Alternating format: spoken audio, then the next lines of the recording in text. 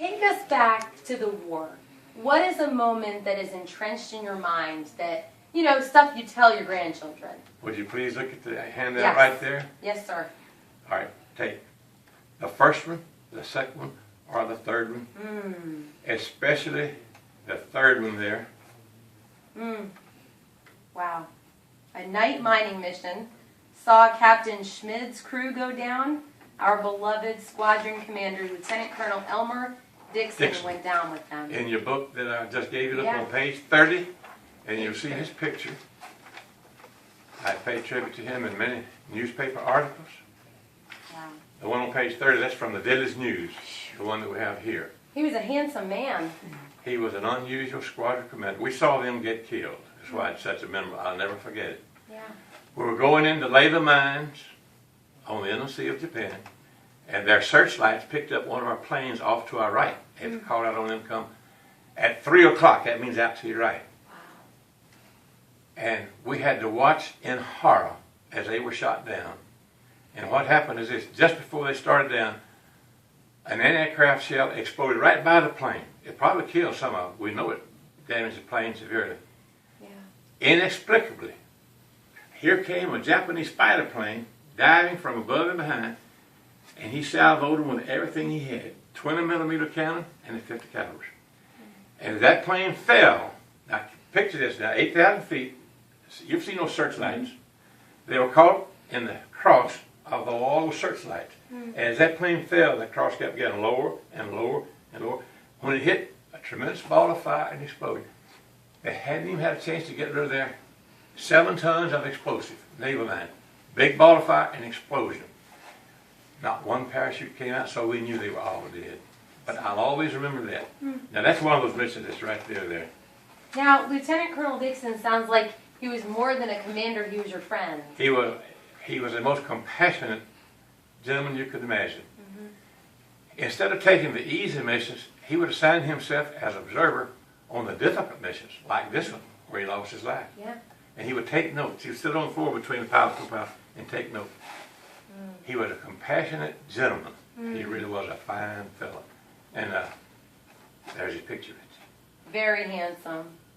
Well, I want to ask you, Mr. Salter, about your family. When you're away from your family and you're at war, what do you do? What do you think about? Do you have their pictures? I am truly grateful that we were not married at that time. I met my wife just before I went overseas. We corresponded during the war. We came back after war. I like 2 years of college. I finished my college work. Then we got married and started our family. Wow. So you got some love letters. Oh yes, I think she probably has more than I have. Aw, do you all still have them? The love letters? I don't know. Let me show you this real quick. Let me see. Just glance. What is this? That's the actual diary that I've kept.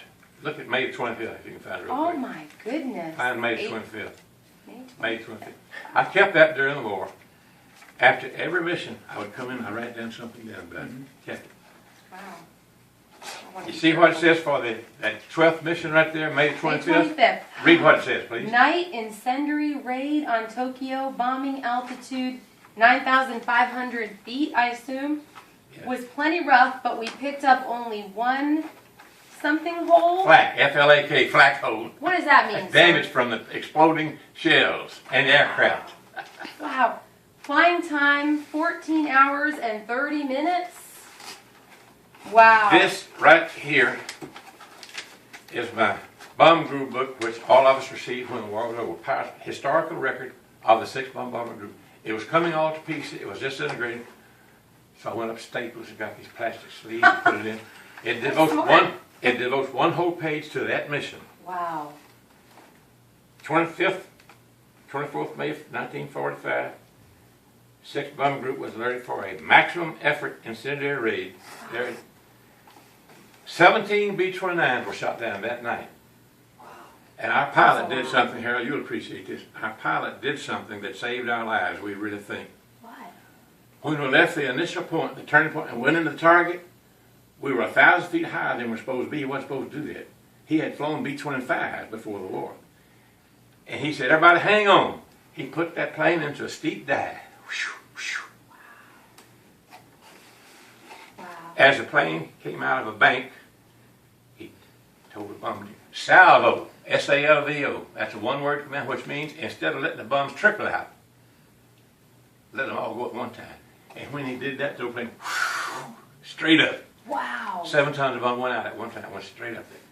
Then the next thing the pilot said on them come, he was talking to the flight engineer. He said, full power.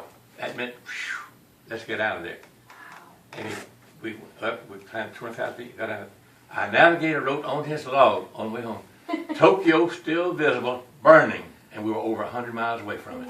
He wrote that down on the log. I have chills. You could see an orange glow. That's amazing. We killed over 500,000 Japanese with fire bombs on Tokyo, Nagoya, Kobe, Osaka, and Iwata. My goodness. We bombed all 5 of them, Tokyo twice. Unbelievable. Now, Mr. Salter, you've seen things that I'm never going to see. What happens when you're most afraid at war? What goes through your mind, and how do you get through it? Show you something.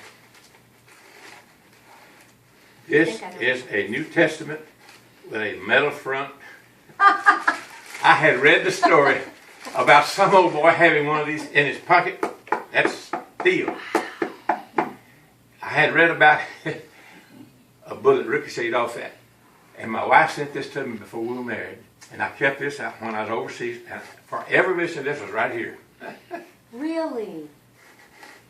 Oh, it's beautiful. Did she write in it? No, she just mailed it to me. She mailed it. Mailed it to me, but I kept it right here during it for every mission. Was there a verse that spoke to you ever? Oh, let me show you something. Over in the back of this testament, it has what to do for certain things. Yeah. 10 Commandments. I'll just show you what. For fear, unafraid, courage, for different things, and scriptures to go with it. Prayer of penitence, prayer for a pure heart. Our God, our help. Different things. Scripture for any occasion you can think of in there. That's and right. It was comforting. It really was. We had our radar operator was a devout Catholic. Wow. And I'll never forget. Just as we started into the target on the May 25th mission, Yeah, it's a big day. he called up Clupper and said, Clupper, you standing pretty good with the Lord. How about saying a few words? I'll never forget that. You could look up ahead, searchlights, anti-aircraft. It was terrible. We knew it was going to be bad. He said, Clup, you standing pretty good, Lord. How about saying a few words?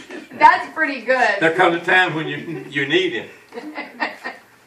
Mr. Salter, what would you say you learned from being at war? What did you take home with you? I learned not to take for granted the freedoms that we have in this country. I lost some good friends. I tell you, look down at the bottom of that handout. Everybody look at your handout. See Handout. down at the This bottom? is great. Look down at the bottom. Yes, sir. The very bottom. World War II ended in August 1945. For 50 years, I would not or could not talk about my experiences in the war. In 1995, something happened which caused me to do a complete about-face in that respect. I'll tell you about it in just a minute. I can't wait. I have not stopped talking and writing about the war since. I never even considered myself a hero, but I am grateful for those who touched my life and sacrificed their lives for our country. They are the real heroes. We honor their memory. Okay, here's what happened. Tell me. In 1995, I watched the most moving Memorial Day program I have ever seen on television. It emanated from the Arlington National Cemetery. And an actor on the program read a letter from a young soldier. This was from the European theater. Just before he went into battle, he had a premonition he was going to be killed. He wrote a letter to his mother. He left it in the barracks with instructions. If he got killed, they were going to make it. Well, sure enough, he got killed. They mailed that letter, and this actor read that on the program. And as he read that letter on that program, I was sitting there in my recliner at home, and thoughts went through my mind about some of these things I've been telling you about. Yeah. I'm not an emotional person. I never have been. Harold will understand this. I found myself sitting there with tears just rolling down my face. Okay, that was on Memorial Day. The following Sunday,